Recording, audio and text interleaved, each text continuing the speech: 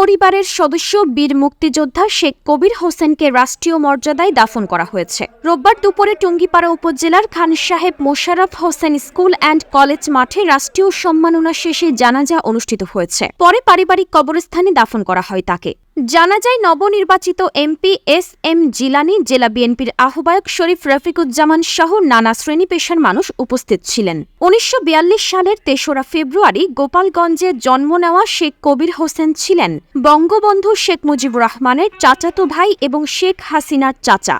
তিনি ঢাকা বিশ্ববিদ্যালয় থেকে স্নাতকোত্তর ডিগ্রি অর্জন করেছেন এবং বাংলাদেশ বীমা সমিতি এবং বেসরকারি বিশ্ববিদ্যালয় সমিতির সভাপতি ছিলেন। তার মৃত্যুতে বাংলাদেশ আওয়ামী লীগ এবং বাংলাদেশ ছাত্রলীগ সহ বিভিন্ন সংগঠন শোক জানিয়েছে।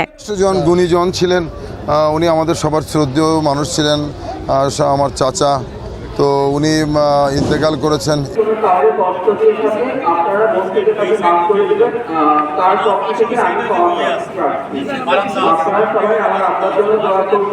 মুক্তিযোদ্ধারা দিনে দিনে কমে যাচ্ছে। আজ স্বাধীনতার ৫৫ বছর পরে আমরা অনেক মুক্তিযোদ্ধাদের হারিয়েছি।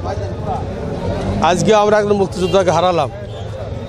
এমনি ক্রমান্বয়ে একদিন মুক্তিযোদ্ধারা শেষ হয়ে যাবে।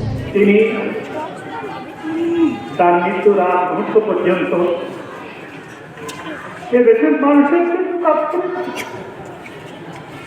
কখনো চিন্তা ভাবনায় কে করত তার সামনে উপস্থিত হলে আমি দেখেছি তার একটি ডায়েরি ছিল। বাংলাদেশের এমন কোনো মানুষের নাম্বার নাই সেখানে ছিল না।